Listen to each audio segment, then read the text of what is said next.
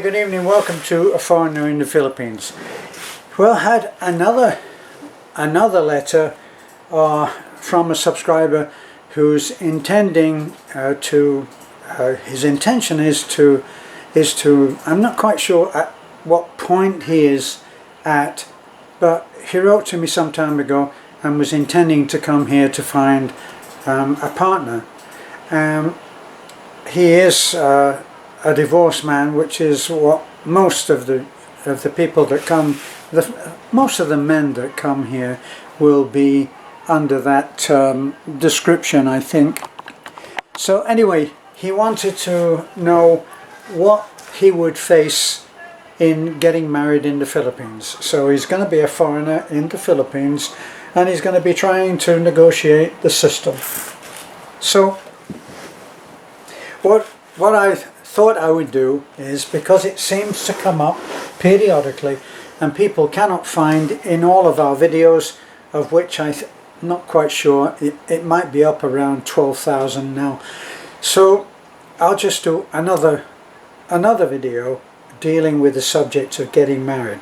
And if I may, I would like to repeat what I've thought makes the most sense for a foreigner who has now decided, based on whatever information he has, to find a wife in the Philippines. Okay, so this is my advice, is to find a place in the Philippines that you believe would most suit your preference of lifestyle.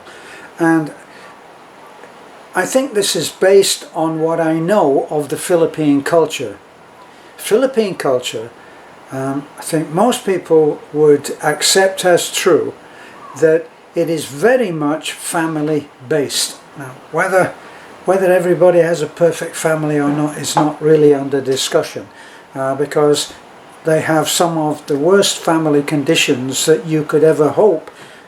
Families are split, are kept apart by circumstances, by finances. One of the partners has to leave and become an OFW, and so there's all kinds of stuff there for the Filipinos themselves. But we're talking about a foreigner trying to find his ideal partner in the Philippines. So let's just agree to deal with it in that context. So anybody that is deciding to do that and deciding to come and live in the Philippines because of the way that things are going in his own country, there are many that are leaving for that reason. So you must know what your own lifestyle is. And I'm going to oversimplify it and say you either are a mountain, well, let's try and split it down the middle. You're either city or province. You either like city living with all of its conveniences.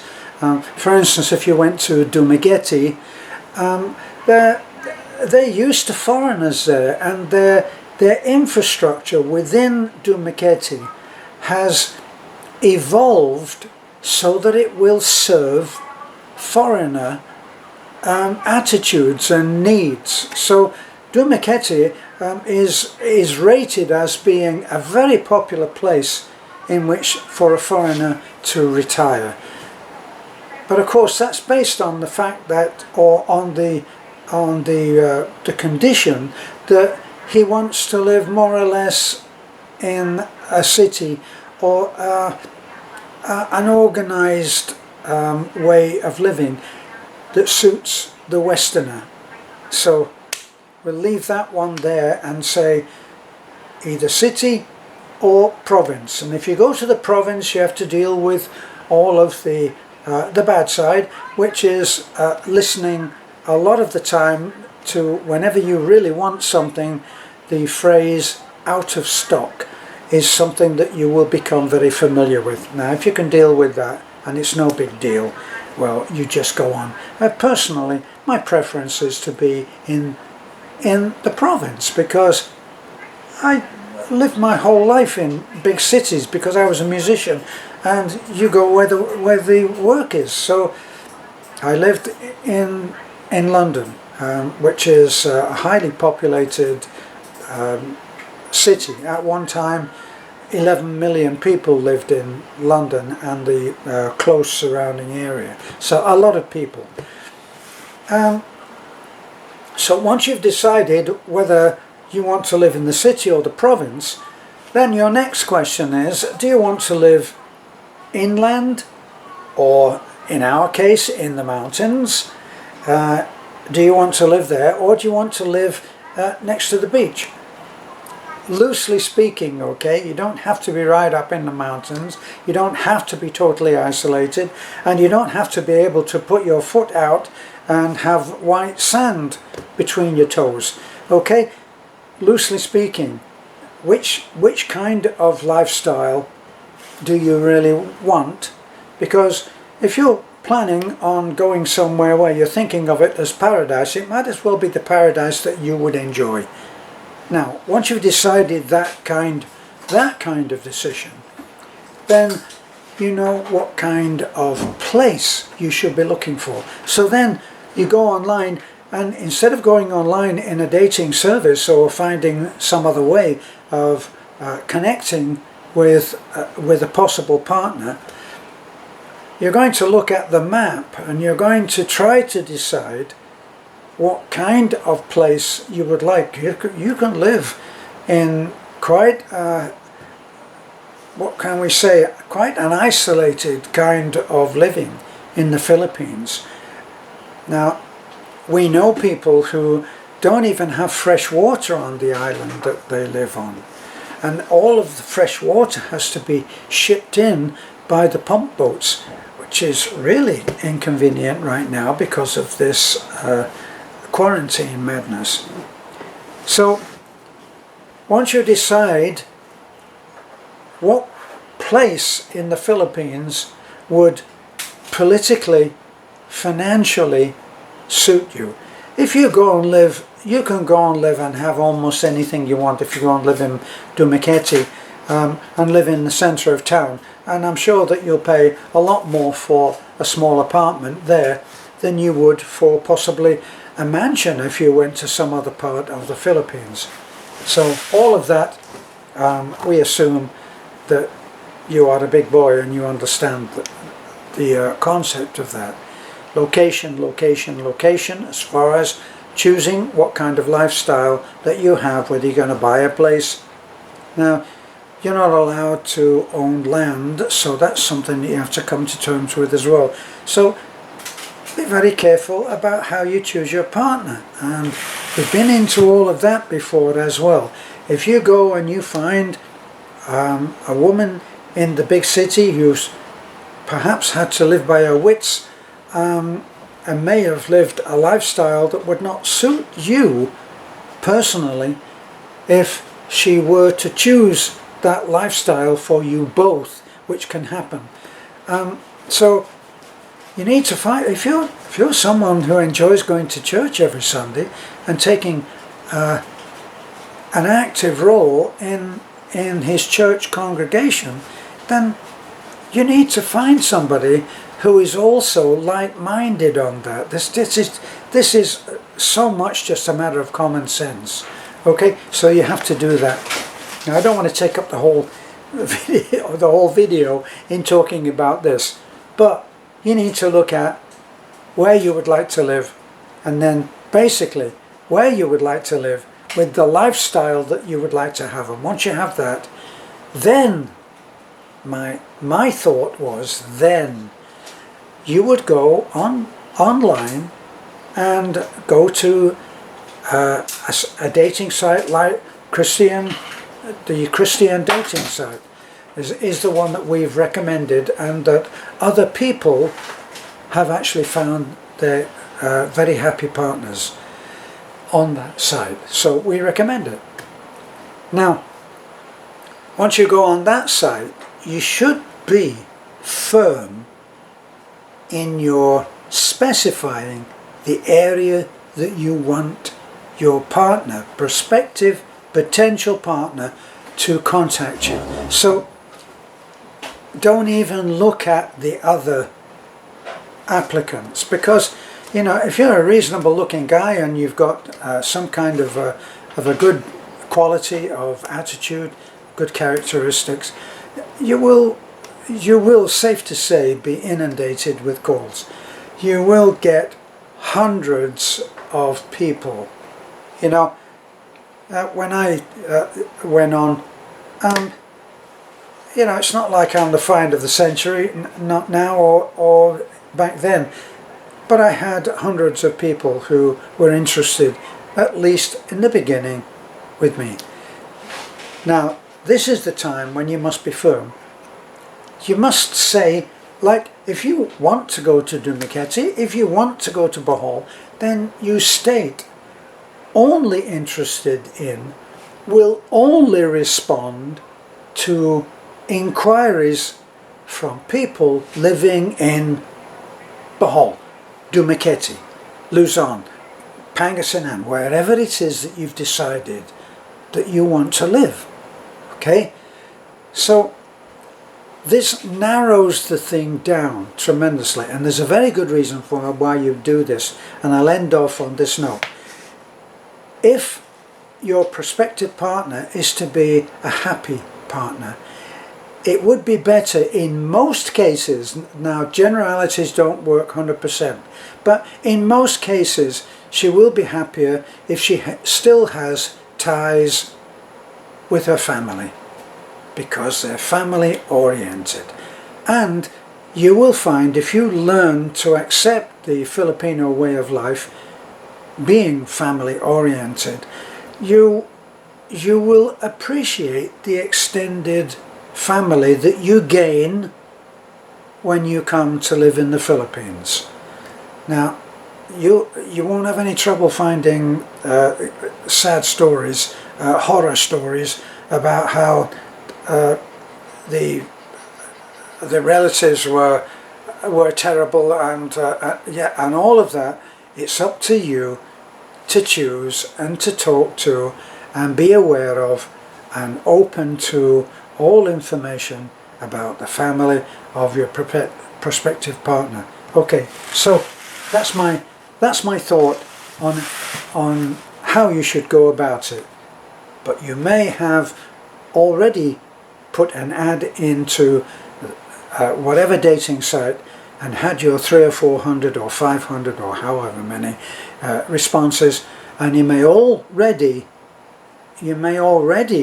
be pretty focused on one or two people who live where they live, and if you're going to join them and live there, then that's it.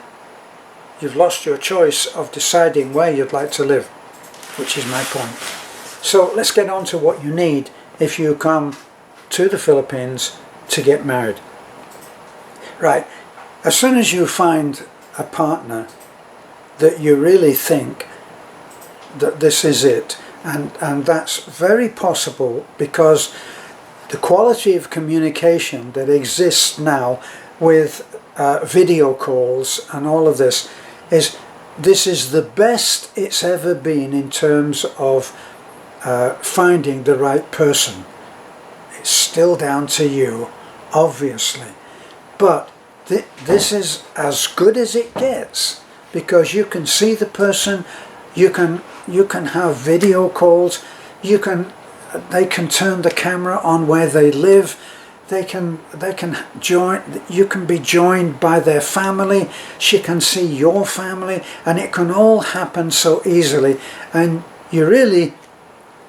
many people that have written to me have already made up their mind about the person that they're talking to the extent that they've had a long-term relationship going, which has only been halted because of this COVID thing. Okay, so in a normal world, which I pray we will get back to, and which I firmly have faith in the fact that we will get back to living normally when all of this madness is over. So once you've decided that, now you should ask your partner for a Senabar.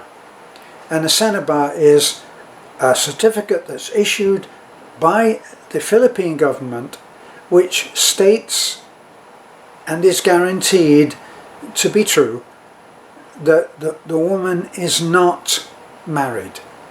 Now, that doesn't mean that she may not have lived with someone for 10 years and have 2 children, but that's another thing. It states that she is, put it this way, it states that she is free to marry now. Now, the reason that this is very important is because there is no divorce in the Philippines. They have what they call is called an annulment, and you may have met someone who says, well, we can get an annulment. It's not easy and it's not cheap.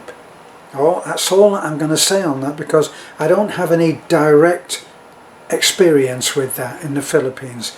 Beth was not married, was not encumbered in any way, and so and I was here.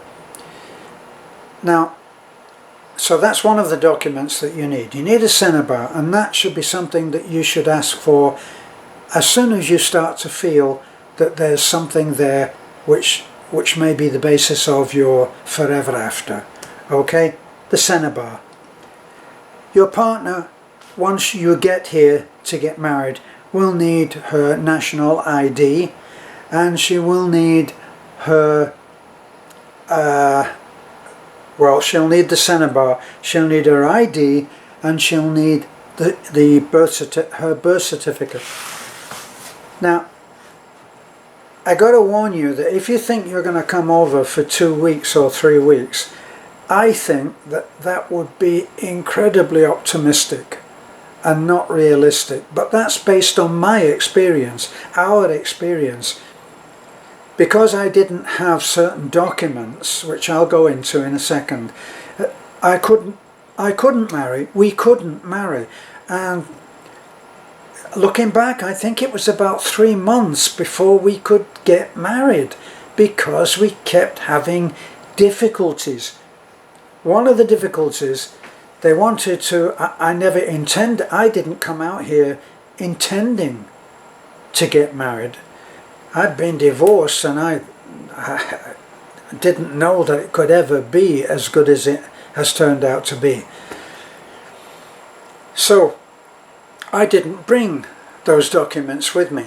Now, I have to send home. I sent home, and my son, who was still living in Fort Myers where I got divorced, went to the courthouse and explained what was needed, and they gave him a 1-page certificate stating on courthouse paper that I was divorced, the date of the divorce and all of the names and dates and all of that that's needed, and it was all on an official document that was notarized by the court. When it got here, with all of the delays that you will no doubt learn about once you get here, it doesn't happen in a minute, okay? So I got that certificate. We went, I presented the certificate, and whether it was just one person that we spoke to, no, we need to see the decree nisi. Now, other people have told me that they didn't need to. So you have to be aware that one size does not fit all. Now, it took us 3 months. Another person read this, heard this on a video, and said, that's not true. It doesn't take 3 months. You shouldn't be telling people that they can't do it, because I did it, they're saying to me, I did it, and it was all done in 2 weeks. I came over for however long it was, a very short visit. In 2 weeks they had the whole thing all done. Well, I can only guess that he came over knowing he was going to get married, so he had all the documents, which I didn't have. Now, even so, my experience was that there's a lot of waiting around to do. But let's get back to the documents that I found that I needed. Now, the only thing that your fiancée will need, as I said, is her national ID. I'm not quite sure whether they demanded the Cinnabar. Beth, did they demand to see the Cinnabar? Cinnabar, yeah. From us? Yeah, Cinnabar. They did? Yeah. So apparently they do need that document even when you're here. So those three things: cinema, the ID,